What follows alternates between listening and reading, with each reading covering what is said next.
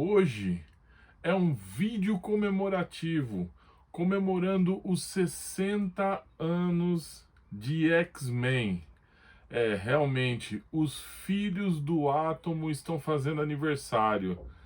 E olha, da mesma forma que me impactou profundamente, tenho certeza que muita gente aí se identificou com eles. Pois, para quem não percebeu ainda, os X-Men trata-se de minoria, de etnias que sofrem preconceito. Então, eu vou falar um pouco sobre o que eu conheço, né, a respeito dos filhos do átomo, desde o início lá atrás, nos anos 60, até a atualidade. Logo depois da vinheta eu tô começando então. Tudo bem para vocês?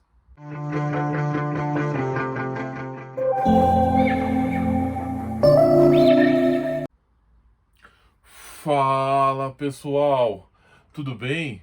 Olha, eu sou o Gleison Macalas Paulino, escritor nas horas vagas, e isso não é um hobby, hein? Vamos deixar tudo combinado entre a gente aí para não ficar nenhum tipo de mal entendido. Tudo bem? Combinado então? No ano de 1995, eu, Gleison Macalas, o escritor que vos fala, na parceria de Emerson Penerari, esse grande artista, criamos o universo Gamp, repleto de personagens que a princípio foram feitos apenas para histórias em quadrinhos. E de lá para cá eu não parei mais de escrever. O resultado disso é o meu primeiro trabalho literário chamado Vulgo Lobo Negro Total, da qual apenas o núcleo do Lobo Negro e seu filho mais novo, Lobo Cinza, e o seu clone, Cão Selvagem, e o parasita Sombra das Trevas é que foram criados para a literatura. Disponível na Amazon, no seu formato digital, em e-book, e também no Clube dos Autores, no seu livro sólido, físico. Vai lá, pessoal, dá essa força para nós, autor nacional. E é aqui onde tudo começa, fazendo uso de quase 70 personagens ainda inéditos do grande público.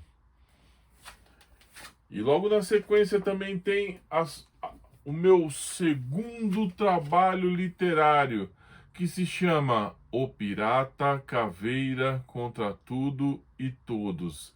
Eu pego um personagem que foi um coadjuvante de luxo na primeira trama e alço ele a personagem principal de sua própria história. Dessa vez ele enfrenta uma doença terminal que vai levá-lo à morte, e os seus poucos, mas leais amigos desapareceram misteriosamente. Então, no tempo que lhe resta, custe o que custar, ele vai tentar descobrir o que houve com eles, se estão vivos, se estão mortos, e praticar uma rápida vingança se assim for o caso, pois trata-se de um anti-herói. Disponível na Amazon, no seu formato digital, em e-book, e também no Clube dos Autores, no seu livro sólido, físico. Vai lá, pessoal, dá essa força para nós, autor nacional, autônomo. E em breve eu estarei lançando o meu terceiro trabalho literário, que se chama O Herói do Gueto.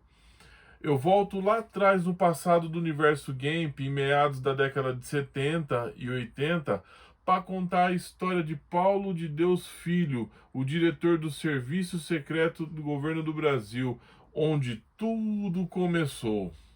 Assim que eu tiver mais informações a respeito disso, eu compartilho com vocês. Os X-Men completam 60 anos. Eles foram lançados no final de 1963. Inclusive, há uma lenda que eles são plágio da Patrulha do Destino, pelo fato do seu líder também usar uma cadeira de roda e Charles Xavier também usar uma cadeira de roda e vir um pouco depois. Mas eu estava fazendo meus cálculos assim, é diferença de meses. Então não teria como assim um plagiar o outro. E quem dera, né? A Patrulha do Destino é uma equipe legal, bacana, mas nunca emplacou como os X-Men. A primeira formação dos X-Men era Professor Charles Xavier, Ciclope, Fera, Anjo, Homem de Gelo e Garota Marvel. E essa informação, logo de cara, eles enfrentaram Magneto como seu arqui-inimigo. Tinha também, foi apresentado Blub, Banshee também participou das primeiras histórias, Mímico, e até Neil Adams, esse grande artista, fez parte da revista, na época de Sauron e tudo mais. Só que essa formação teve baixa nas vendas da sua revista. Não estava atingindo o público do jeito que a Marvel gostaria. Estava prestes a ser cancelada. Então foi onde chamaram o novato Chris Claremont e David Cockrum para assumir o título, pois eles vinham trabalhando juntos na revista do Luke Cage e Punhos de Ferro, Poderoso e Punhos de Ferro. E depois tiveram essa oportunidade nos X-Men que eles não desperdiçaram. Logo de cara, eles trouxeram novos mutantes espalhados do mundo todo para fazer parte dos X-Men, enfrentando a Ilha Krakoa, que havia abduzido os primeiros X-Men. Então Charles Xavier recrutou uma nova demanda de mutantes para resgatar os primeiros. E eram Wolverine, do Canadá, Colossus, da Rússia, Ororo Monroe, a Tempestade, do Quênia, Pássaro Trovejante, do americano, e Banshee, da Irlanda, assim como também tinha Solaris, do Japão, e Noturno, da Alemanha. Muito bom, top. Eles inovaram o conceito, porque o X-Men, além de multicolorido racialmente, ele também tornou vários personagens de várias partes do mundo. E David Cockrum deu um novo uniforme para eles, é uma coisa até à frente do seu tempo, na década de 70, que ficou impactado até os dias atuais. O resultado não foi outro, a revista foi vendendo, começou a vender bem, e depois Chris Claremont ficou mais de 20 anos na revista. E na sua fase, depois de David Cockrum, ele teve John Byrne como seu parceiro criativo, que John Byrne não se limitava só à arte, e sim também a dividir o roteiro com Chris Claremont. O resultado foi a saga da Fênix Negra, que impactou, que catapultou a revista e fez os X-Men venderem como um dos primeiros times da Casa das Ideias, da Marvel Comics. A saga da Fênix Negra fez as revistas bombarem e os mutantes entrarem no gosto da maioria dos leitores. Confesso que no meu caso, o meu contato com os X-Men primeiro foi de uma revista das Super Aventuras Marvel, publicada pela Abril aqui, que tinha o Colossus na capa. Aquele personagem metálico, com aqueles riscos e tal. Eu era muito criança e nem sabia ler. A minha avó me comprou essa revista e eu tive o meu primeiro contato com os X-Men foi esse. À medida que eu aprendi a ler, aí foi só juntar uma coisa com a outra. Mas confesso que o Colossus foi o que me levou a conhecer os X-Men. Mas sem sombra de dúvidas, o Logan, Wolverine, esse carismático personagem é que atraiu a minha atenção para eles, gostando cada vez mais dos X-Men. Não só deles também, como Tempestade também e muitos outros mutantes. Durante o tempo que Chris Claremont ficou na revista, houve muitas sagas. E ele catapultou os personagens a um patamar único, histórico. Teve Massacre dos Mutantes, teve Inferno, teve os Carrascos também, e de vilões foram surgindo muitos arqui-inimigos. Magneto foi o primeiro vilão de peso, de porte, só que os seus ideais batiam com os de Charles Xavier, ou seja, eles eram uma coisa meio Magneto Malcolm X, Charles Xavier Martin Luther King, porque Charles Xavier era um pacifista.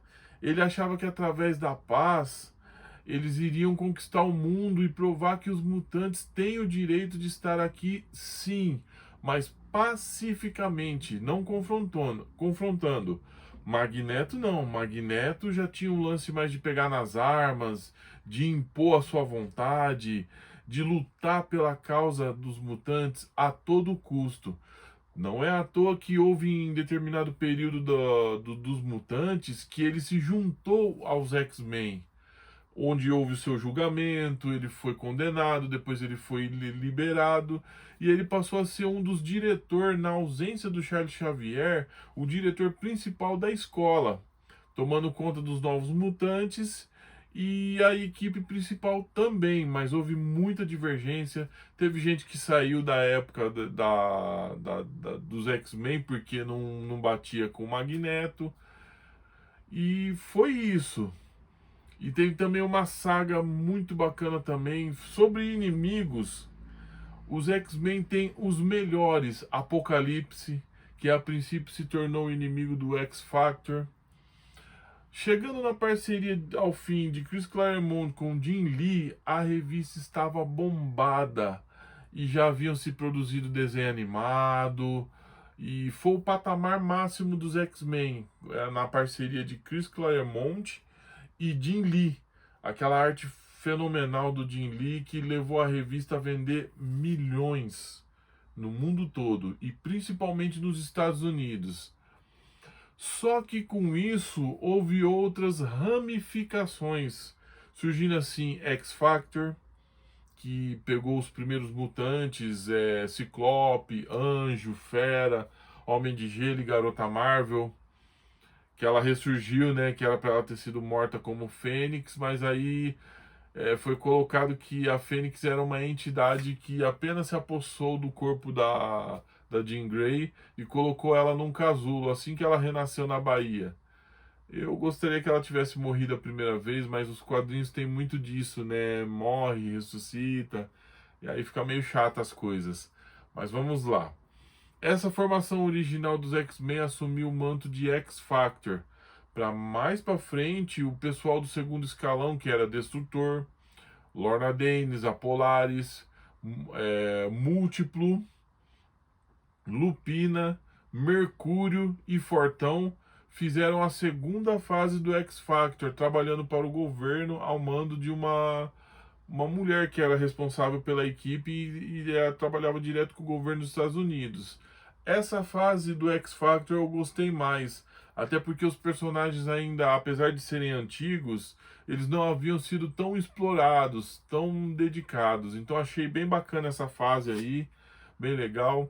Teve os Novos Mutantes, que foi uma equipe que surgiu, criada por Bill Sienkiewicz e Chris Claremont, ficou bem bacana, que era um brasileiro Mancha Solar, Lupina, Daniela Monstar, Magma, Míssil, e esses eram os... E Warlock, né, e Cifra entraram bem depois para a equipe, mas a equipe foi bem bacana, bem legal.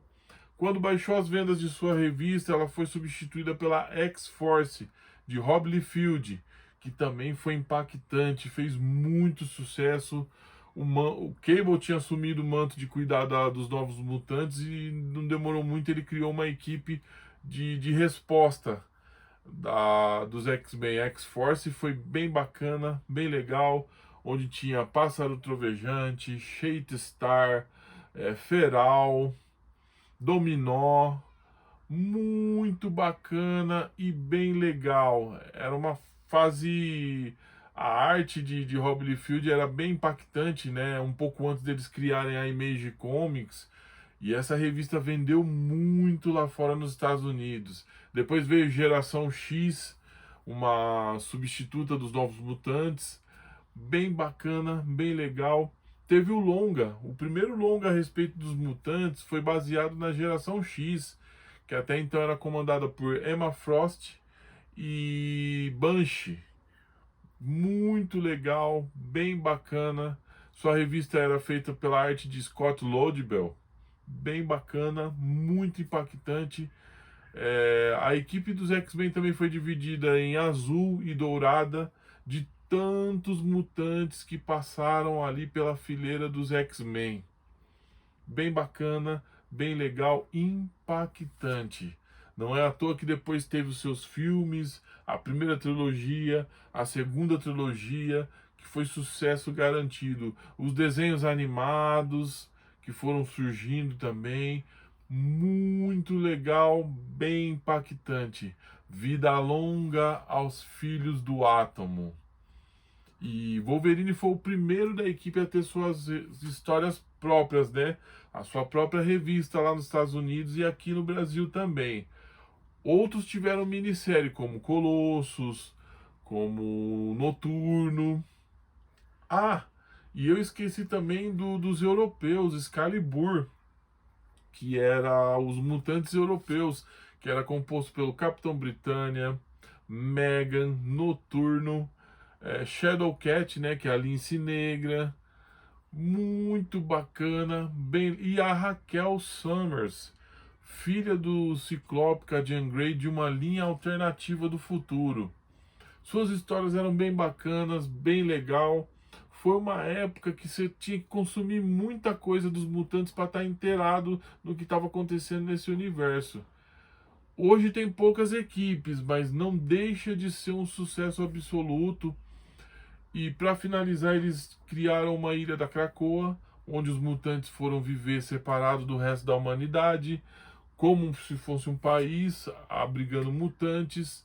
Mas eu esqueci de falar de um dos inimigos que eu mais gosto dos mutantes, Senhor Sinistro, que ele é um geneticista imortal de muito tempo, faz experiências com DNA mutante, combina com humano. Os carrascos é criação dele, de mutantes que ele trabalhou com ele. A princípio ele é um vassalo do Apocalipse, mas ao meu ver, eu acho ele até mais tenebroso do que o Apocalipse, porque ele adora fazer experiências com mutantes, que pode levar até a vida deles. Bem bacana, bem legal. Tem também o Fanático, esse inimigo meio-irmão do Charles Xavier, que seus poderes são mágicos graças a uma joia de Sitorak, o demônio Sitorak, do qual que lhe confere poderes e o torna imparável. O Fanático já lutou com o Hulk, só para você ver o nível dele de poder. E sempre que aparecia nas histórias dava muito trabalho para quem quer que seja o enfrentando. Também fez parte da equipe também os Exilados, mas isso aí já é outra história. É isso, pessoal. Comentando apenas um pouco aqui do que eu li a respeito dos X-Men. Confesso que ainda tem muita história nova que eu gostaria de estar lendo também, acompanhando. E vida longa aos filhos do átomo. É isso, pessoal. A gente vai se falando. Tudo de bom para vocês, ok?